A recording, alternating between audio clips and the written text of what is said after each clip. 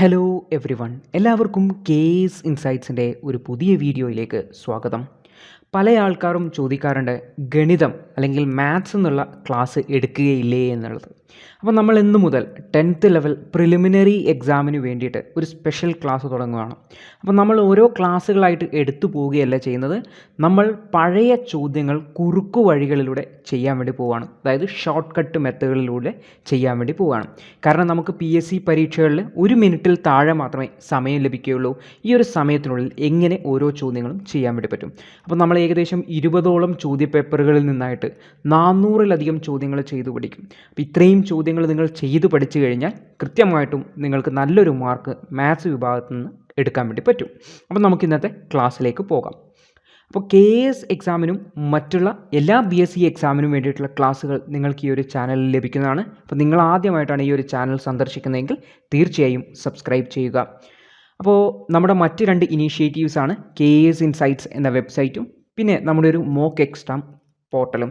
അപ്പോൾ KS insights എന്ന വെബ്സൈറ്റിൽ നിങ്ങൾക്ക് വീഡിയോ ലെക്ചേഴ്സും കൂടാതെ മറ്റ് സ്റ്റഡി മെറ്റീരിയൽസ്, പഴയ ക്വസ്റ്റ്യൻ പേപ്പറുകൾ എന്നിവയൊക്കെ ലഭിക്കുന്നതാണ്. മോക്ക് ടെസ്റ്റ് പ്ലാറ്റ്ഫോമിൽ നിങ്ങൾക്ക് പ്രാക്ടീസ് ചോദ്യങ്ങൾ എഴുതി പരിശീലിക്കാവുന്നതാണ്.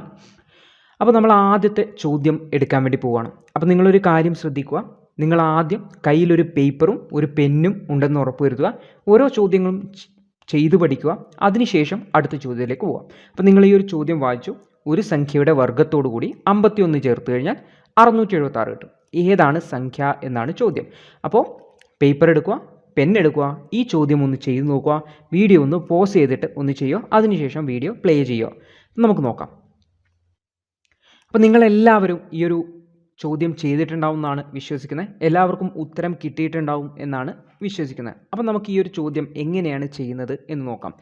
അപ്പോൾ നോക്കിക്കഴിഞ്ഞാൽ നമ്മൾ ഒരു സംഖ്യയുടെ വർഗ്ഗത്തോടു കൂടി 51 ചേർത്ത് കഴിഞ്ഞാൽ 676 കിട്ടും എന്നാണ് പറയുന്നത്. അപ്പോൾ എന്താണ് വർഗ്ഗം എന്നറിയണം. അതായത് ഒരു സംഖ്യയെ അതേ സംഖ്യ കൊണ്ട് ഗുണിക്കുമ്പോഴാണ് നമുക്ക് വർഗ്ഗം കിട്ടുന്നത്. ഉദാഹരണത്തിന് 5ൻ്റെ വർഗ്ഗം എന്ന് പറഞ്ഞു കഴിഞ്ഞാൽ 5നെ 5 കൊണ്ട് ഗുണിക്കുക. 5നെ 5 കൊണ്ട് ഗുണിച്ചു കഴിഞ്ഞാൽ 25 കിട്ടും. 6ൻ്റെ വർഗ്ഗം എന്ന് പറഞ്ഞു കഴിഞ്ഞാൽ 6നെ 6 കൊണ്ട് ഗുണിക്കുക. 6നെ 6 കൊണ്ട് ഗുണിച്ചു കഴിഞ്ഞാൽ 36 കിട്ടും. അപ്പോൾ 6ൻ്റെ വർഗ്ഗം 36 ആണ്. അപ്പോൾ ഇതുപോലെ ഏതോ ഒരു സംഖ്യയുടെ വർഗ്ഗത്തോടു കൂടി 51 ചേർത്ത് കഴിഞ്ഞാൽ 676 കിട്ടും എന്നാണ് പറയുന്നത്. അപ്പോൾ അറിയാത്തൊരു സംഖ്യയായതുകൊണ്ട്, ഏത് സംഖ്യയാണെന്ന് നമുക്കറിയില്ല, അത് നമുക്ക് ആ സംഖ്യയാണ് കണ്ടുപിടിക്കുന്നത്. അപ്പോൾ നമുക്ക് അറിയാത്ത സംഖ്യ ആയതുകൊണ്ട് അതിനെ എക്സ് എന്ന് വിളിക്കാം. ഞാൻ എക്സ് എന്ന് വിളിച്ചു. നിങ്ങൾക്ക് എന്നോ ബിന്നോ സിന്നോ എന്ത് വേണമെങ്കിലും വിളിക്കാം. ഇനി നിങ്ങളുടെ പേര് വേണമെങ്കിൽ വിളിക്കാം. അപ്പോൾ ആ സംഖ്യയുടെ വർഗ്ഗം അതേ സംഖ്യ കൊണ്ട് ഗുണിച്ചു. അപ്പോൾ സാധാരണയായിട്ട് നമ്മൾ വർഗ്ഗം അതിന് ഘാതം 2 എന്നിട്ടാണ് കാണിക്കുക. അതായത് അതിനെ 2 പ്രാവശ്യം ഗുണിച്ചു. അതായത് ആ സംഖ്യയെ വീണ്ടും ആ സംഖ്യ കൊണ്ട് ഗുണിച്ചു. അപ്പോൾ x² അല്ലെങ്കിൽ x ഘാതം 2 എന്ന് പറഞ്ഞാൽ എക്സിൻ്റെ വർഗ്ഗം. അതിനോട് 51 കൂട്ടിക്കഴിഞ്ഞാൽ 676 കിട്ടും എന്നാണ് ചോദ്യം. നമ്മുടെ ലക്ഷ്യം എന്താണ്? ആ എക്സ് ആരാണ് എന്ന് കണ്ടുപിടിക്കുക എന്നുള്ളതാണ്.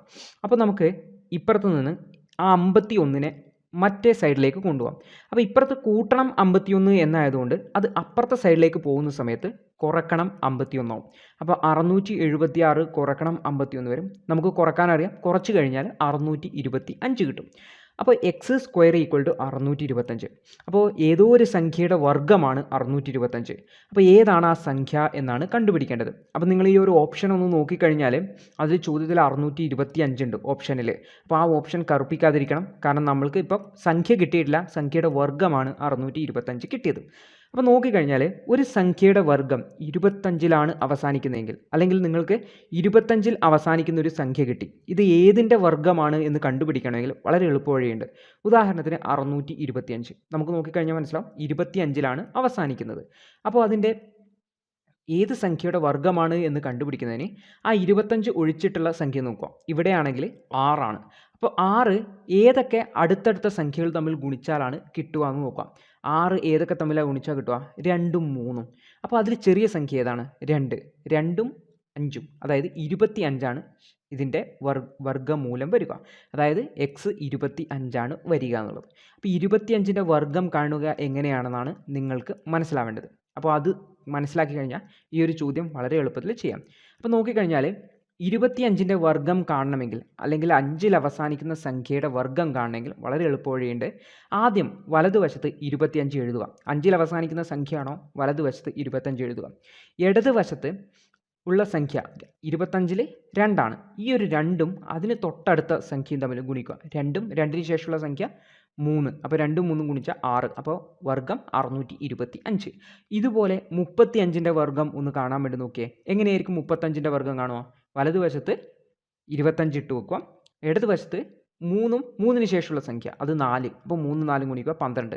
അപ്പോൾ 35ൻ്റെ വർഗ്ഗം 1225. മനസ്സിലായിട്ടുണ്ടാവുമെന്ന് വിചാരിക്കുന്നു. അടുത്തൊരു സംഖ്യ നോക്കാം. 65ൻ്റെ വർഗ്ഗം നോക്കിയേ. വലതുവശത്ത് 25 ഇട്ട് വെച്ചു. അതിനുശേഷം ഇടതുവശത്തേക്ക് 6ഉം 6ന് ശേഷമുള്ള സംഖ്യ 6 ഗുണിക്കണം 7. 6 7 42 ഗുണിക്കുക. അപ്പോൾ 4225 കിട്ടും. അടുത്ത സംഖ്യ 105ൻ്റെ വർഗ്ഗം. 105ൻ്റെ വർഗ്ഗം വലതുവശത്ത് 5ൽ അവസാനിക്കുന്നതായതുകൊണ്ട് 25 ഇട്ട് വെച്ചു. ഇപ്പുറത്ത് നോക്കിക്കഴിഞ്ഞാൽ 10ആണ്. 10ന് ശേഷമുള്ള സംഖ്യ 11. 10ഉം 11ഉം ഗുണിച്ചാൽ 110. അപ്പോൾ 11025 105ൻ്റെ വർഗ്ഗം. ഇനി നോക്കിക്കഴിഞ്ഞാൽ 115 വർഗ്ഗം. 115ൻ്റെ വർഗ്ഗം എന്ന് പറഞ്ഞാൽ വലതുവശത്ത് 25 ഇട്ട് വെക്കുക. ഇടതുവശത്ത് 11ആണ്. 11ന് ശേഷമുള്ള സംഖ്യ 12. 11ഉം 12ഉം തമ്മിൽ ഗുണിക്കുക 132 കിട്ടും. അപ്പോൾ 13225. അപ്പോൾ നിങ്ങൾക്കിനി ഇടതുവശം നോക്കിക്കഴിഞ്ഞാൽ വലതുവശത്തെ സംഖ്യ പറയാൻ വേണ്ടി പറ്റും. 25ൻ്റെ വർഗ്ഗം ഏതാണെന്ന് പറയാൻ വേണ്ടി പറ്റും. അതുപോലെ തന്നെ ഏതെങ്കിലും ഒരു സംഖ്യയുടെ അവസാനിക്കുന്നത് 25ലാണെങ്കിൽ അതിന് വർഗ്ഗമൂലം ഉണ്ടോ, ഏതാണ് അതിൻ്റെ വർഗ്ഗമൂലം എന്ന് പറയാനും നിങ്ങൾക്ക് മനസ്സിലായിട്ടുണ്ടാവുമെന്ന് വിചാരിക്കുന്നു. അപ്പോൾ 6 എന്ന് പറഞ്ഞു കഴിഞ്ഞാൽ ഏതൊക്കെ അടുത്തടുത്ത സംഖ്യകൾ തമ്മിൽ ഗുണിച്ചാലാണ് 6 കിട്ടുക എന്ന് ആലോചിക്കുക. അതിൽ ചെറിയ സംഖ്യയുടെ ശേഷം 5 ഇട്ട് കഴിഞ്ഞാൽ വർഗ്ഗമൂലം ലഭിക്കുന്നതായിരിക്കും.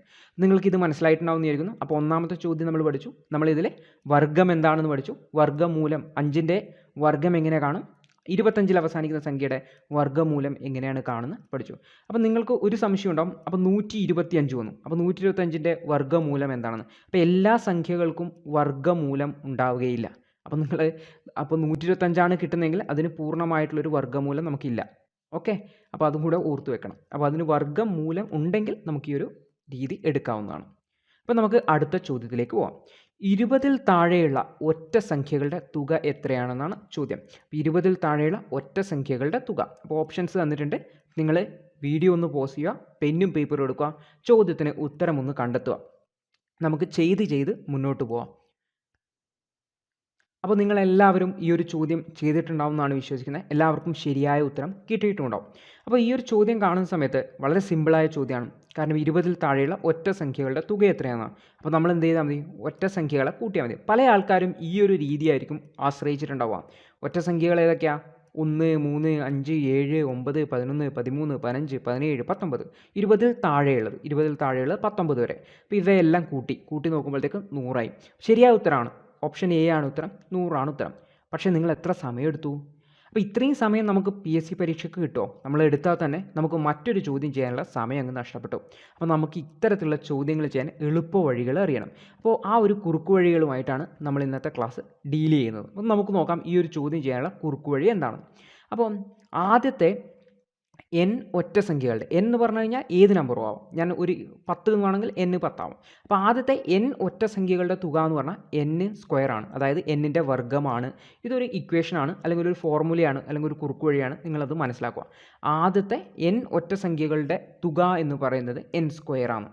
അപ്പോൾ നോക്കിക്കഴിഞ്ഞാൽ n ഒറ്റ സംഖ്യകളുടെ തുകയാണ്. അപ്പോൾ എത്ര ഒറ്റ സംഖ്യകളുടെ ആദ്യത്തെ 10 ഒറ്റ സംഖ്യകളുടെ തുക 10², അതായത് 10 ഗുണിക്കണം 10, അതായത് 100 10ൻ്റെ വർഗ്ഗമാണ്. ആദ്യത്തെ 20 ഒറ്റ സംഖ്യകളുടെ തുക 20 ഗുണിക്കണം 20, അതായത് 400 ആയിരിക്കും. അപ്പോൾ ഇത് നോക്കിക്കഴിഞ്ഞാൽ നമ്മുടെ ചോദ്യം നോക്കിക്കഴിഞ്ഞാൽ 20ൽ താഴെയുള്ള ഒറ്റ സംഖ്യകളുടെ തുക എത്രയാണെന്നാണ് ചോദ്യം. അപ്പോൾ നമ്മളിവിടെ ഓൾറെഡി ഒറ്റ സംഖ്യകൾ എഴുതിയിട്ടുണ്ട്. അത് നോക്കിയാൽ നിങ്ങൾക്ക് മനസ്സിലാവും. 10 വരെ എടുത്തു കഴിഞ്ഞാൽ, അതായത് 1 മുതൽ 10 വരെയുള്ള സംഖ്യകൾ എടുത്തു കഴിഞ്ഞാൽ നമുക്കതിൽ 5 ഇരട്ട സംഖ്യകളെയും 5 ഒറ്റ സംഖ്യകളെയും കാണാൻ വേണ്ടി പറ്റും. അതുപോലെ 20ൽ താഴെയുള്ള ഒറ്റ സംഖ്യകൾ എന്ന് പറയുന്നത് നോക്കിക്കഴിഞ്ഞാൽ നമുക്ക് മേലെ കാണാൻ വേണ്ടി 10 എണ്ണമാണ്. എണ്ണി നോക്കിയാൽ മതി 10 എണ്ണമുണ്ട്. അപ്പോൾ ഈ 10 എണ്ണമാണ് ആദ്യത്തെ 20ൽ താഴെയുള്ള ഒറ്റ സംഖ്യകളെങ്കിൽ അതിൻ്റെ തുക എത്രയായിരിക്കും? ആദ്യത്തെ 10 എണ്ണത്തിൻ്റെ തുക എത്രയാണെന്ന് കണ്ടുപിടിച്ചാൽ പോരെ. അപ്പോൾ 10 ഗുണിക്കണം 10, അത് 100. ഉത്തരം കിട്ടി. ഒറ്റ സ്റ്റെപ്പിൽ കിട്ടി. നമ്മൾ ആകെ അറിയേണ്ടത് 20ൽ താഴെ എത്ര ഒറ്റ സംഖ്യ ഉണ്ടെന്നാണ്. അത് നമുക്ക് വളരെ എളുപ്പത്തിൽ കിട്ടും. 10ൽ താഴെ 5 എണ്ണം, 20ൽ താഴെ 10 എണ്ണം, 30ൽ താഴെ 15 എണ്ണം, 40ൽ താഴെ 20 എണ്ണം. ഓക്കെ, അപ്പോൾ അത് കിട്ടും. അപ്പോൾ വേറൊരു സംശയം വരുന്നത്, ഇവിടെ ഇപ്പോൾ ഒറ്റ സംഖ്യകളുടെ തുക എത്ര എന്നാണ് ചോദിച്ചത്. ഇതേ ചോദ്യം തന്നെ 20ൽ താഴെയുള്ള ഇരട്ട സംഖ്യകളുടെ തുക എത്ര എന്ന് പറഞ്ഞു കഴിഞ്ഞാൽ എങ്ങനെ കാണണം? ഒന്ന് ചെയ്തു നോക്കിയേ. അപ്പോൾ നിങ്ങൾ കണ്ടിട്ടുണ്ടാവുക ഇങ്ങനെയായിരിക്കും. 2 കൂട്ടണം 4 കൂട്ടണം 6 കൂട്ടണം 8 കൂട്ടണം 10 12 14 16 18 എല്ലാം കൂടെ കൂട്ടി 20ൽ താഴെയാണ്. അപ്പോൾ 20 പെടില്ല. അപ്പോൾ 20 വരെയുള്ള എന്ന് പറഞ്ഞാൽ 20 പെടും. 20ൽ താഴെ എന്ന് പറഞ്ഞാൽ 20 പെടില്ല. അപ്പോൾ കൂട്ടി നോക്കിക്കഴിഞ്ഞാൽ 90 കിട്ടും. പക്ഷേ ഇതും സമയം കണ്ടെത്തുന്നതാണ്. അതുകൊണ്ട് നമുക്കൊരു എളുപ്പവഴി വേണം. എളുപ്പവഴിയുണ്ട്. എന്താണത്? ആദ്യത്തെ n ഇരട്ട സംഖ്യകളുടെ തുക n ഗുണിക്കണം n+1 ആണ്. അപ്പോൾ ഇവിടെ നോക്കിക്കഴിഞ്ഞാൽ 20ൽ താഴെ എന്ന് പറഞ്ഞതുകൊണ്ട് 20 പെടില്ല. അപ്പോൾ നമ്മൾ ഇരട്ട സംഖ്യകളുടെ എണ്ണം നോക്കിക്കഴിഞ്ഞാൽ നമുക്ക് 9 എണ്ണം മാത്രമേ കിട്ടുള്ളൂ. അപ്പോൾ ആദ്യത്തെ 9 ഇരട്ട സംഖ്യകളുടെ തുക എന്ന് പറഞ്ഞാൽ 9 ഗുണിക്കണം 9ന് ശേഷമുള്ള സംഖ്യ, 9നോട് 1 കൂട്ടിയ സംഖ്യ 10. 9 ഗുണിക്കണം 10 അതായത് 90 ഉത്തരം. അപ്പോൾ മനസ്സിലായിട്ടുണ്ടാവും എന്ന് വിചാരിക്കുന്നു. ആദ്യത്തെ n ഒറ്റ സംഖ്യകളുടെ തുക n² ആണ്. n ഗുണിക്കണം n. അപ്പോൾ ആദ്യത്തെ n ഇരട്ട സംഖ്യകളുടെ തുക n ഗുണിക്കണം n+1 അല്ലെങ്കിൽ ആ ഒരു സംഖ്യ ഗുണിക്കണം അതിൻ്റെ അടുത്ത സംഖ്യ 9 ഗുണിക്കണം 10 90. അപ്പോൾ ഇത് രണ്ടും മനസ്സിലായിട്ടുണ്ടാവും എന്ന് വിചാരിക്കുന്നു. അപ്പോൾ ഈ രണ്ട് സൂത്രവാക്യങ്ങൾ നിങ്ങളൊന്ന് ഓർത്തു വെക്കണം. ആദ്യത്തെ n ഒറ്റ സംഖ്യകളുടെ തുക n² അല്ലെങ്കിൽ n-ൻ്റെ വർഗ്ഗമാണ്. ആദ്യത്തെ n ഇരട്ട സംഖ്യകളുടെ തുക n ഗുണിക്കണം n+1 ആണ്. 9 ഗുണിക്കണം 10 ആണ് 90. ഓക്കെ, മനസ്സിലായിട്ടുണ്ടാവും എന്ന് വിചാരിക്കുന്നു. അപ്പോൾ നമുക്ക് അടുത്ത ചോദ്യത്തിലേക്ക് പോവാം. അപ്പോൾ ഈ ഒരു ചോദ്യം ഭിന്നസംഖ്യകളുമായി ബന്ധപ്പെട്ട ചോദ്യമാണ്. 5 1/3 കൂട്ടണം 3 1/3 കുറക്കണം 2 1/3 എത്രയാണെന്നുള്ളതാണ്. അപ്പോൾ നിങ്ങൾക്ക് എല്ലാവർക്കും വളരെ എളുപ്പത്തിൽ ചെയ്യാൻ പറ്റുന്ന ചോദ്യമാണ്. അതുകൊണ്ട് പേപ്പർ എടുക്കുക, പെന്നെടുക്കുക, ചോദ്യം ഒന്ന് ചെയ്യുക, വീഡിയോ ഒന്ന് പോസ് ചെയ്യുക. അപ്പോൾ എല്ലാവർക്കും ചോദ്യം കൃത്യമായിട്ട് മനസ്സിലായിട്ടുണ്ടാവും, എല്ലാവരും കൃത്യമായിട്ട് ചെയ്തിട്ടുണ്ടാവും എന്ന് വിചാരിക്കുക. അപ്പോൾ നമുക്ക് ഈ ഒരു ചോദ്യം എങ്ങനെയാണ് ചെയ്തത് എന്ന് നോക്കാം. പല ആൾക്കാരും ഈ ഒരു രീതിയായിരിക്കും ഫോളോ ചെയ്തിട്ടുണ്ടാവുക. നോക്കിക്കഴിഞ്ഞാൽ നമ്മൾ ആദ്യം 5 1/3 എന്നുള്ളത് നമ്മളതിനെ ഒരു ഭിന്നസംഖ്യയാക്കി മാറ്റും. എങ്ങനെയാണ് ഭിന്നസംഖ്യയാക്കി മാറ്റുക? 5നെ താഴെയുള്ള 3നെ കൊണ്ട് ഗുണിക്കുക. അപ്പോൾ 15 കിട്ടും. അതിനോട് മുകളിലുള്ള 1 കൂട്ടുക 16 എന്നിട്ട് ബൈ താഴെയുള്ള 3 ഇടുക. അപ്പോൾ 15 3 × 15 + 1 3 × 5 + 1 ഹരിക്കണം 3. അപ്പോൾ രണ്ടാമത്തേതിനെ ചെയ്യാൻ വേണ്ടിയിട്ട് 3നെയും താഴെയുള്ള 3നെയും തമ്മിൽ ഗുണിക്കുക 9. അതിനോട് 1 കൂട്ടുക എന്നിട്ട് 3 കൊണ്ട് ഹരിക്കുക. അപ്പോൾ വലതുവശത്തുള്ളത് കുറക്കണം 2 ഗുണിക്കണം താഴെയുള്ള 3 അതിനോട് 1 കൂട്ടി താഴെ 3 ഇട്ടു. അപ്പോൾ ഇങ്ങനെ ചെയ്ത് അടുത്തത് അത് ചെയ്ത് കഴിഞ്ഞാൽ മുകളിലത് 15 കൂട്ടണം 1 16 ബൈ 3 പ്ലസ് വലതുവശത്തുള്ളത് 10/3 മൈനസ് 7/3 എന്ന് കിട്ടും. അപ്പോൾ ഇതുമെല്ലാം കൂട്ടിക്കഴിഞ്ഞാൽ 16 + 10 - 7/3 19/3 അങ്ങനെ പറഞ്ഞാൽ 6 1/3. ഇങ്ങനെയായിരിക്കും പല ആൾക്കാരും ഈ ഒരു ചോദ്യം ചെയ്തിട്ടുണ്ടാവുക. എത്ര സമയമെടുക്കുന്ന ചോദ്യമാണ് നോക്കിയേ. ഇത് നമുക്ക് 1 മിനിറ്റിനുള്ളിൽ ചെയ്തു തീർക്കാൻ വേണ്ടി പറ്റുമോ? ഇല്ല. അപ്പോൾ ഇതിൻ്റെ എളുപ്പ വഴി വേണ്ടേ? നിങ്ങൾ ഈ ഒരു ചോദ്യം തന്നെ ഒന്ന് നോക്കിയാൽ മതി. അതിൽ തന്നെ നമുക്ക് ഇതിനുള്ള ഉത്തരമുണ്ട്. നോക്കിക്കഴിഞ്ഞാൽ 5 1/3 3 1/3 2 1/3 എല്ലാവരിലും 1/3 കോമൺ അല്ലേ? അപ്പോൾ ഈ ഒരു ചോദ്യം നമ്മൾ ഇങ്ങനെയൊന്നും ചെയ്യേണ്ട ആവശ്യമില്ല. കോമൺ അല്ലെങ്കിലാണ് നമ്മൾ ഇത്തരത്തിലുള്ള വഴികളിലേക്കൊക്കെ നീങ്ങേണ്ടത്. കോമൺ ആണെങ്കിൽ വളരെ എളുപ്പ വഴിയാണ്. എന്ത്? അതിലത്തെ 5ഉം 3ഉം 2ഉം തമ്മിൽ എന്താണോ ക്രമം കൊടുത്തിരിക്കുന്നത് അത് ചെയ്യുക. 5ഉം 3 2 ആണ്. അപ്പോൾ 5 കൂട്ടണം 3 കുറക്കണം 2 ആണ് പറഞ്ഞിരിക്കുന്നത്. നോക്കിയേ അല്ലേ? 5ഉം 3ഉം 8 8നോട് 2 കുറച്ച് കഴിഞ്ഞാൽ 6. വലതുവശത്ത് നോക്കിക്കഴിഞ്ഞാൽ ഇനി ആ ഭിന്നസംഖ്യകളും ഇതേ ക്രമത്തിൽ ചെയ്യുക. 1/3 കൂട്ടണം 1/3 അവസാനത്തത് കുറക്കണമായതുകൊണ്ട് കുറക്കണം 1/3. അത് നോക്കിക്കഴിഞ്ഞാൽ അവിടെ ഒരു 1/3 ബാക്കി ഉണ്ടാവുള്ളൂ. അപ്പോൾ ഉത്തരം 6 1/3 ആണ്. മനസ്സിലായോ? 6 1/3 ആണ് ഉത്തരം. ഇതെങ്ങനെയാണ് കിട്ടിയെന്ന് മനസ്സിലായോ? അതായത് അവിടെ 1/3 എന്നുള്ളത് കോമൺ ആയതുകൊണ്ടാണ് നമ്മൾ ഈ ഒരു രീതി ചെയ്തത്. അല്ലാതെ ഈ ഒരു വലിയ വഴിയിലേക്കൂടെ നമ്മൾ പോകേണ്ട ആവശ്യമില്ല. അപ്പോൾ 1/3 കോമൺ ആണെങ്കിൽ നമ്മൾ ഇങ്ങനെ മാത്രം ചെയ്താൽ മതി. അതായത് ഒരേ സംഖ്യ തന്നെ കോമൺ ആയിട്ട് വരുവാണെങ്കിൽ ഇങ്ങനെ ചെയ്താൽ മതി. മറിച്ച് വ്യത്യസ്തമായിട്ട് വരികയാണെങ്കിലാണ് നമ്മൾ മുകളിൽ പറഞ്ഞ വഴികൾ ചെയ്യേണ്ടതുള്ളത്. അപ്പോൾ ഇത് മനസ്സിലായിട്ടുണ്ടാവും എന്ന് വിചാരിക്കുന്നു. എളുപ്പമായിട്ട് നമ്മൾ ചെയ്തു. വളരെ എളുപ്പമാണ്. അതായത് ഒറ്റ നോട്ടത്തിൽ തന്നെ നമുക്ക് ഉത്തരം കിട്ടും. എന്ത്? 5 3 2 അപ്പോൾ 6 കിട്ടി. മറ്റേത് 1/3 1/3 1/3 അത് 1/3 കിട്ടും. അപ്പോൾ 6 1/3 ഉത്തരം. സെക്കൻഡുകൾക്കുള്ളിൽ ഉത്തരം കണ്ടെത്തുകയാണ് ചെയ്തത്. അപ്പോൾ നമുക്ക് ശരിയായിട്ടുണ്ടാവും എന്ന് വിചാരിക്കുന്നു എല്ലാവർക്കും. അപ്പോൾ ഈ ഒരു എളുപ്പ വഴി മനസ്സിലായിട്ടുണ്ടാവും എന്ന് വിചാരിക്കുന്നു. ഇനി അടുത്ത പ്രാവശ്യം ഇതുപോലൊരു ചോദ്യം വരുന്ന സമയത്ത് നമ്മൾ വലിയ വഴി തപ്പിപ്പിടിച്ച് പോവാതിരിക്കാൻ വേണ്ടി ശ്രദ്ധിക്കുക. നമ്മുടെ സമയം ലാഭിക്കുക. നമുക്ക് അടുത്തൊരു ചോദ്യം നോക്കാം. അപ്പോൾ ഈ ഒരു ചോദ്യം നോക്കിക്കഴിഞ്ഞാൽ ഇതും ഭിന്നസംഖ്യകളുമായി ബന്ധപ്പെട്ടൊരു ചോദ്യമാണ്.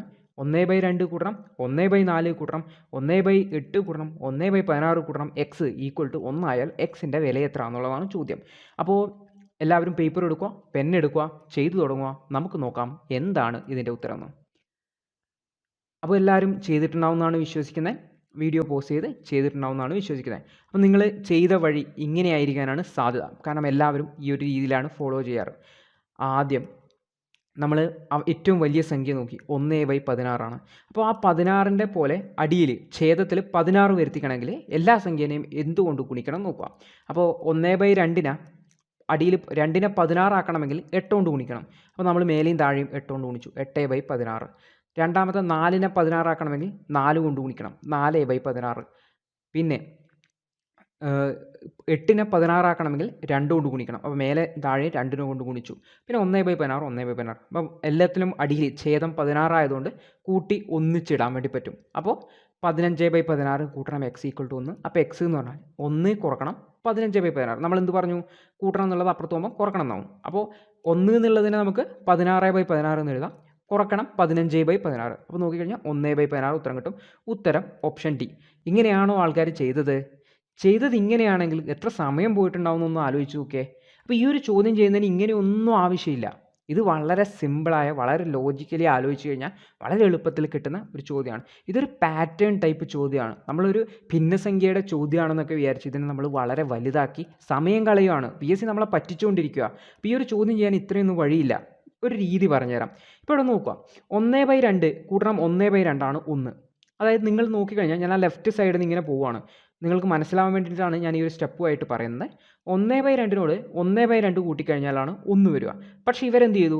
അവിടെ 1/2 1/2 പകുതിയാണ് കൂട്ടിയത്. നിങ്ങൾ താഴത്ത് നോക്കിയാൽ 2, 4, 8, 16 എന്ന് പറഞ്ഞിട്ടാണ് പോകുന്നത്. അപ്പോൾ എന്താ ചെയ്തേ? അതിൽ അവർ 1/2 കൂട്ടുന്നതിന് പകരം 1/4 കൂട്ടിയിരിക്കുന്നത്. അപ്പോൾ ഇങ്ങനെ വന്നു. അപ്പോൾ 1/2 കൂട്ടണം 1/4. അതിനൂടെ വീണ്ടും 1/4 കൂട്ടിയാലാണ് 1 വരിക. പക്ഷെ അവരെന്താണ് കൂട്ടിയത്? 1/8 കൂട്ടിയത്. അപ്പോൾ അതിൻ്റെ കൂടെ നമ്മൾ ഇങ്ങനെ പോയി കഴിഞ്ഞാൽ നമ്മൾ നോക്കിക്കഴിഞ്ഞാൽ 1/2 1/4 കൂട്ടി. ശരിക്കും 1/2 കൂട്ടേണ്ടത്. അതിന് പകരം അവർ 1/4 കൂട്ടി. ഇനി അതിനെ 1 ആക്കണമെങ്കിൽ വീണ്ടും നമ്മൾ 1/4 കൂട്ടേണ്ടത്. പക്ഷേ അവരതിന് പകരം 1/8 കൂട്ടി. അപ്പോൾ ഇതിനെ 1 ആക്കണമെങ്കിൽ എന്ത് ചെയ്യണം? 1/8 കൂട്ടേണ്ടത്. പക്ഷേ അവർ 1/16 കൂട്ടി. അപ്പോൾ ഈ 1/16 കൂട്ടിയപ്പോൾ ഇനി അതിനെ 1 ആക്കണമെങ്കിൽ ശരിക്കും 1/16 കൂട്ടേണ്ടത്. അപ്പോൾ നോക്കിക്കഴിഞ്ഞാൽ x എന്താണ്? 1/16. അപ്പോൾ ഇത് വളരെ സിമ്പിളാണ്, ലോജിക്കലാണ്, ഒരു പാറ്റേൺ ആണ്. നിങ്ങൾക്ക് ആ പാറ്റേൺ മനസ്സിലായിട്ടുണ്ടാവും എന്ന് വിചാരിക്കുന്നു. അപ്പോൾ ഇത് സിമ്പിൾ ആയിട്ടുള്ളൊരു പാറ്റേൺ ആണ്, മനസ്സിലായിട്ടുണ്ടാവും എന്ന് വിചാരിക്കുന്നു. അപ്പോൾ ഈ ഒരു രീതി നോക്കിക്കഴിഞ്ഞാൽ ശരിക്കും 1/2 1/2 കൂട്ടിക്കഴിഞ്ഞാലാണ് 1 കിട്ടുക. അരയിനോട് അര കൂട്ടിക്കഴിഞ്ഞാലാണ് 1 കിട്ടുക. പക്ഷെ അവരെന്ത് ചെയ്തു? അരക്ക് പകരം അവിടെ ഒരു കാലാണ് കൂട്ടിയത്. അപ്പോൾ അത് മുക്കാലായില്ലേ? മുക്കാലായി. ഇനി മുക്കാലിനോട് ശരിക്കും കാലാണ് കൂട്ടേണ്ടത്. അപ്പോൾ അത് 1 കിട്ടുക. പക്ഷെ അവരതിന് പകരം എന്ത് ചെയ്തു? 1/8 കൂട്ടി. അപ്പോൾ 1/8 കൂട്ടിക്കഴിഞ്ഞാൽ വീണ്ടും ഒരു 1/8 കൂട്ടിക്കഴിഞ്ഞാലാണ് അത് 1 ആവുക. അതിന് പകരം അവരെന്ത് ചെയ്തു? 1/16 കൂട്ടി. അപ്പോൾ 1/16 കൂട്ടിക്കഴിഞ്ഞാൽ അടുത്തത് എന്താ കൂട്ടേണ്ടത്? 1/16 കൂട്ടണം. അപ്പോൾ ഈ ഒരു സീക്വൻസിൽ 1 ആവണമെങ്കിൽ അതിൻ്റെ തൊട്ട് മുന്നത്തെ സാധനം തന്നെയാണ് കൂട്ടേണ്ടത്. അപ്പോൾ 1/16 ശേഷം കൂട്ടേണ്ടത് 1/16 തന്നെയായിരിക്കും. ഓക്കെ, അപ്പോൾ അങ്ങനെ നോക്കിക്കഴിഞ്ഞാൽ ഇത് 1/16 ഉത്തരം എന്ന് കിട്ടുക. ഇത് വളരെ സിമ്പിളായ, ലോജിക്കലായ ഒരു പാറ്റേൺ ടൈപ്പ് ചോദ്യമാണ്. നമ്മൾ ഭിന്നസംഖ്യാ രീതിയിലൊക്കെ പോയി കഴിഞ്ഞാൽ വളരെയധികം സമയമെടുക്കും. അപ്പോൾ ഈ ഒരു പാറ്റേൺ മനസ്സിലായിട്ടുണ്ടാവുമെന്ന് വിശ്വസിക്കുന്നു. വളരെ എളുപ്പത്തിൽ ചെയ്യാൻ വേണ്ടി പറ്റും. അപ്പോൾ ഒരു ചോദ്യം കിട്ടിക്കഴിഞ്ഞാൽ നമുക്ക് എത്ര എളുപ്പത്തിൽ ആ ഒരു ചോദ്യം ചെയ്യാൻ പറ്റും എന്നാണ് നമ്മൾ നോക്കേണ്ടത്. അപ്പോൾ കൺവെൻഷണൽ രീതിയിൽ പോയി കഴിഞ്ഞാൽ നമ്മുടെ ഒരുപാട് സമയം അങ്ങ് പോകുന്നതായിരിക്കും. മനസ്സിലായിട്ടുണ്ടാവുന്നതായിരിക്കും. നമുക്ക് അടുത്ത ചോദ്യത്തിലേക്ക് പോകാം. അപ്പോൾ ഇത് നമ്മുടെ ഇന്നത്തെ ലാസ്റ്റ് ചോദ്യമാണ്. നമ്മൾ 5 ചോദ്യങ്ങൾ വെച്ചിട്ടാണ് വീഡിയോ ചെയ്യുന്നത്. ഇല്ലെങ്കിൽ വീഡിയോയുടെ നീളം വളരെയധികം കൂടിപ്പോകും. അപ്പോൾ ഓരോ ദിവസവും 5 ചോദ്യങ്ങൾ പഠിച്ചാൽ തന്നെ വളരെ സുഖമായിട്ട് നമുക്ക് എല്ലാ വിഷയങ്ങളും അല്ലെങ്കിൽ എല്ലാ ചോദ്യങ്ങളും കവർ ചെയ്യാൻ വേണ്ടി പറ്റും. അപ്പോൾ ഈ ഒരു ചോദ്യം നോക്കിക്കഴിഞ്ഞാൽ 2 സംഖ്യകൾ തമ്മിലുള്ള അംശബന്ധം 3:4 അവയുടെ വ്യത്യാസം 24 എങ്കിൽ ചെറിയ സംഖ്യ ഏത് എന്നാണ് ചോദ്യം. അപ്പോൾ നമുക്ക് വീഡിയോ പോസ് ചെയ്യാവുന്നതാണ്. വീഡിയോ പോസ് ചെയ്തിട്ട് നിങ്ങൾ ഈ ഒരു പ്രോബ്ലം ചെയ്യുക. നമുക്ക് എന്നിട്ട് നോക്കാം ശരി ഉത്തരം എന്താണെന്ന്, എങ്ങനെയാണ് എളുപ്പവഴി എന്നുള്ളത്. അപ്പോൾ എല്ലാ ആൾക്കാരും ഈ ഒരു ചോദ്യം ചെയ്തിട്ടുണ്ടാവുമെന്നാണ് വിശ്വസിക്കുന്നത്. അപ്പോൾ ചോദ്യം ചെയ്തിട്ട് നിങ്ങൾക്ക് ശരിയായ ഉത്തരം കിട്ടിയെന്നിരിക്കും. നമുക്ക് ഈ ഒരു ചോദ്യത്തിലേക്ക് പോകാം. അപ്പോൾ ഇതിൽ ഞാൻ വിശദമായ നീളം കൂടിയ വഴി പറയുന്നില്ല. ആദ്യം തന്നെ എളുപ്പ വഴിയാണ് പറയുന്നത്. അപ്പോൾ 2 സംഖ്യകൾ തമ്മിലുള്ള വ്യത്യാസം തന്നു കഴിഞ്ഞാൽ, ഇവിടെ നോക്കിക്കഴിഞ്ഞാൽ 2 സംഖ്യകളുടെ അംശബന്ധം തന്നിട്ടുണ്ട്, അവയുടെ വ്യത്യാസമാണ് തന്നിരിക്കുന്നത്. എങ്കിൽ ചെറിയ സംഖ്യ ഏതെന്നാണ് ചോദ്യം. ചെറിയ സംഖ്യ എന്ന് പറയുന്നത് സംഖ്യകൾ തമ്മിലുള്ള വ്യത്യാസം അത് എത്രയാണ്? 24 ഹരിക്കണം ആ അംശബന്ധങ്ങൾ തമ്മിലുള്ള വ്യത്യാസം 3ഉം 4ഉം ആണ്. അവ തമ്മിലുള്ള അംശബന്ധം തമ്മിലുള്ള വ്യത്യാസം 1 ഗുണിക്കണം ചെറിയ അംശബന്ധം അതേതാണ് 3 ആണ്. അത് ചെയ്ത് കഴിഞ്ഞാൽ ചെറിയ സംഖ്യ കിട്ടും. അപ്പോൾ ഇത് ഇക്വേഷൻ കാണുമ്പോൾ നമുക്ക് വലിയതായിട്ട് തോന്നും, ഒന്നുമില്ല. അതായത് വ്യത്യാസം 24 ആണെന്ന് പറഞ്ഞിട്ട് 24 ഹരിക്കണം അവ തമ്മിലുള്ള വ്യത്യാസം നോക്കുക. 3ഉം 4ഉം അല്ലേ, അവ തമ്മിലുള്ള വ്യത്യാസം 1. 24നെ ആ 1 കൊണ്ട് ഹരിക്കുക. അപ്പോൾ 24 തന്നെ കിട്ടും. അതിനെ ഏത് സംഖ്യയാണോ കാണേണ്ടത്, ചെറിയ സംഖ്യ കാണണമെങ്കിൽ ചെറിയ അംശബന്ധത്തിൽ തന്നെ ചെറിയതിനെ കൊണ്ട് ഗുണിക്കുക. അത് 3 ആണ്. 24 ഗുണിക്കണം 3, ഇവിടെ 72. ഇവിടെ ചെറിയ സംഖ്യയാണ് ചോദിച്ചിരിക്കുന്നത്. ഇനി വലിയ സംഖ്യയാണ് കാണാൻ പറഞ്ഞതെങ്കിലോ ആ ഒരു 24 ഹരിക്കണം 1 എന്നുള്ളതിനെ വലിയതിനെ കൊണ്ട് ഗുണിക്കുക. 3:4, 4 വലുത്, 4 കൊണ്ട് ഗുണിക്കുക. അത് നമുക്ക് 96 എന്ന് കിട്ടും. അപ്പോൾ ഇതിൽ ചോദ്യത്തിൽ ഓപ്ഷൻ നോക്കിക്കഴിഞ്ഞാൽ ചെറിയ സംഖ്യ തന്നിട്ടുണ്ട്, വലിയ സംഖ്യ തന്നിട്ടുണ്ട്. അപ്പോൾ ചെറിയ സംഖ്യയാണ് പറഞ്ഞിരിക്കുന്നത്. ഓപ്ഷൻ എ ആണ് ശരിയായ ഉത്തരം. അപ്പോൾ ഈ ഒരു ചോദ്യം ഞാൻ ഒന്നുകൂടി പറയാം. അതായത് 2 സംഖ്യകൾ തമ്മിലുള്ള അംശബന്ധം തന്നു 3:4. അവ തമ്മിലുള്ള വ്യത്യാസം 24 എന്നാണ് തന്നിരിക്കുന്നത്. എങ്കിൽ അതിൽ ചെറിയ സംഖ്യ ഏത് എന്നാണ് ചോദ്യം. നമുക്ക് 2 സംഖ്യകളും കണ്ടുപിടിക്കാൻ പറ്റിയപ്പോൾ ഒരു ബുദ്ധിമുട്ടുമില്ല. അപ്പോൾ ചെറിയ സംഖ്യ ഏതെന്ന് ചോദിച്ചു കഴിഞ്ഞാൽ ഞാൻ താഴെ തന്ന ഇക്വേഷൻ ഒന്നും നോക്കേണ്ട ആവശ്യമില്ല. മുകളിലെ ചോദ്യത്തിലേക്ക് നോക്കാം. വ്യത്യാസം എത്രയാണ് തന്നിരിക്കുന്നത്? 24. 24നെ ഈ അംശബന്ധത്തിൽ തന്ന സംഖ്യകളുണ്ടല്ലോ 3ഉം 4ഉം, അവ തമ്മിലുള്ള വ്യത്യാസം എത്രയാണ്? അത് 1 ആണ്. അപ്പോൾ 24നെ ആ വ്യത്യാസം കൊണ്ട് ഹരിക്കുക. 24നെ വ്യത്യാസം കൊണ്ട് ഹരിച്ചാൽ 24നെ 1 കൊണ്ട് ഹരിച്ചാൽ 24 കിട്ടും. ഇതിനെ നിങ്ങൾക്ക് ചെറിയ സംഖ്യയാണ് കാണേണ്ടതെങ്കിൽ ഈ അംശബന്ധത്തിലെ ചെറിയ സംഖ്യ ഏതാ? 3. അതിനെ കൊണ്ട് ഗുണിച്ചാൽ മതി. 24 ഗുണിക്കണം 3. ഇനി വലിയ സംഖ്യ കാണേണ്ടതെങ്കിൽ 24നെ അതിലത്തെ വലിയ സംഖ്യ കൊണ്ട് ഗുണിച്ചാൽ മതി. 24 ഗുണിക്കണം 4. മനസ്സിലായോ? അപ്പോൾ ഈ ഒരു ചോദ്യത്തിൽ വ്യത്യാസമാണ് തന്നിരിക്കുന്നത്. അടുത്ത പ്രാവശ്യം PSC വ്യത്യാസത്തിന് പകരം തുക തന്നാലോ? അപ്പോൾ ഈ ഒരു ചോദ്യം കൂടെ നമുക്ക് നോക്കാം. തുക തന്നു കഴിഞ്ഞാൽ അപ്പോൾ ചെറിയ സംഖ്യ എന്ന് പറയുന്നത് സംഖ്യകൾ തമ്മിലുള്ള തുക ഹരിക്കണം അംശബന്ധങ്ങൾ തമ്മിലുള്ള തുക ഗുണിക്കണം ചെറിയ അംശബന്ധം. അപ്പോൾ ഈ ഇക്വേഷൻ നിങ്ങൾ എത്ര കാര്യമായിട്ട് നിൽക്കണ്ട, മനസ്സിലാവാൻ വേണ്ടി പറഞ്ഞതേ ഉള്ളൂ. നമുക്കൊരു എക്സാമ്പിൾ എടുക്കാം. ഉദാഹരണത്തിന് 2 സംഖ്യകളുടെ തുക 49 ആണ്. നേരത്തെ വ്യത്യാസമാണ് തന്നത്, ഇപ്പോൾ തുകയാണ്. അംശബന്ധം നേരത്തെ തന്നെ വെച്ചു 3:4. അപ്പോൾ ഇതിൽ ചെറിയ സംഖ്യ ഏതെന്ന് കണ്ടുപിടിക്കൽ എങ്ങനെയാണ്? തുകയെ അംശബന്ധങ്ങളുടെ തുക കൊണ്ട് ഹരിക്കുക. ഓക്കെ, ഇവിടെ തുക തന്നതുകൊണ്ട് അംശബന്ധങ്ങളുടെ തുക കൊണ്ട് ഹരിക്കുക. 49 ഹരിക്കണം ഇതിൻ്റെ തുക എത്രയാണ്? 3ഉം 4ഉം കൂട്ടിക്കഴിഞ്ഞാൽ 7. 49നെ 7 കൊണ്ട് ഹരിച്ചു കഴിഞ്ഞാൽ നമുക്ക് 7 എന്ന് കിട്ടും. അതിനെ ചെറിയ സംഖ്യയാണ് കാണേണ്ടതെങ്കിൽ ഇതിലത്തെ ചെറിയ സംഖ്യ 3നെ കൊണ്ട് ഗുണിക്കുക. വലിയ സംഖ്യയാണ് കാണേണ്ടതെങ്കിൽ ഇതിലത്തെ വലിയ സംഖ്യ 4നെ കൊണ്ട് ഗുണിക്കുക. ഇവിടെ ചെറിയ സംഖ്യ ചോദിച്ചുകൊണ്ട് 3നെ കൊണ്ട് ഗുണിച്ചു കഴിഞ്ഞാൽ 21 കിട്ടും. വലിയ സംഖ്യ കാണണമെങ്കിൽ 4നെ കൊണ്ട് ഗുണിക്കുക. 7 ഗുണിക്കണം 4, അത് 28 എന്ന് കിട്ടും. അപ്പോൾ ഇത് മനസ്സിലായിട്ടുണ്ടാവും എന്ന് വിചാരിക്കുന്നു. അപ്പോൾ 2 സംഖ്യകൾ തമ്മിലുള്ള വ്യത്യാസം തന്നു കഴിഞ്ഞാൽ ആ ഒരു വ്യത്യാസത്തെ 24നെ അംശബന്ധങ്ങൾ തമ്മിലുള്ള വ്യത്യാസം കൊണ്ട് ഹരിക്കുക. അത് 1 ആണ്, അതുകൊണ്ട് ഹരിക്കുക. എന്നിട്ട് അതിൽ ഏത് സംഖ്യയാണോ കാണാൻ പറഞ്ഞ് ആ ഒരു അംശബന്ധം കൊണ്ട് ഗുണിക്കുക. ചെറിയ സംഖ്യയാണ് 3നെ കൊണ്ട് ഗുണിക്കുക, വലിയ സംഖ്യയാണെങ്കിൽ 4നെ കൊണ്ട് ഗുണിക്കുക. ഇതുപോലെ തന്നെ തുക തന്നു കഴിഞ്ഞാൽ നമ്മൾ തുക ഹരിക്കണം അംശബന്ധങ്ങളുടെ തുകയാണ് എടുക്കേണ്ടത്. ഇവിടെ തുകയായതുകൊണ്ട് താഴെ തുക എടുക്കണം. നേരത്തെ വ്യത്യാസം ആയതുകൊണ്ട് വ്യത്യാസം എടുക്കണം. എന്നിട്ട് അതിലത്തെ ചെറുതിനെ കൊണ്ടാണോ ഗുണിക്കേണ്ടതെങ്കിൽ ചെറിയ സംഖ്യ ആണെങ്കിൽ ചെറുതിനെ കൊണ്ട് ഗുണിക്കുക, വലിയ സംഖ്യ ആണെങ്കിൽ വലുതിനെ കൊണ്ട് ഗുണിക്കുക. അപ്പോൾ ഇത് മനസ്സിലായിട്ടുണ്ടാവും എന്ന് വിചാരിക്കുന്നു. നമ്മളിന്ന് 5 ചോദ്യങ്ങൾ ചെയ്തു. അപ്പോൾ ഈ 5 ചോദ്യങ്ങളും നിങ്ങളും ചെയ്തിട്ടുണ്ടാവുമെന്നാണ് എൻ്റെ വിശ്വാസം. നിങ്ങളും 5 ചോദ്യങ്ങൾ പ്രാക്ടീസ് ചെയ്തു. അതെങ്ങനെ എളുപ്പത്തിൽ ചെയ്യാമെന്ന് മനസ്സിലാക്കിയിട്ടുണ്ട്.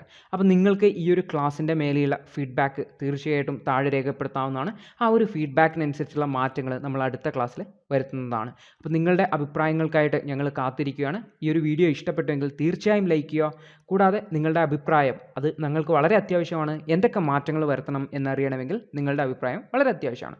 കൂടാതെ ഈ ഒരു വീഡിയോ നിങ്ങളുടെ സുഹൃത്തുക്കൾക്ക് വേണ്ടി ഷെയർ കൂടി ചെയ്യുക. അപ്പോൾ നമുക്ക് അടുത്തൊരു വീഡിയോയിൽ വളരെ വിശദമായിട്ട് കൂടുതൽ ചോദ്യങ്ങളുമായിട്ട് കാണാം. അതുവരെ good bye, all the best.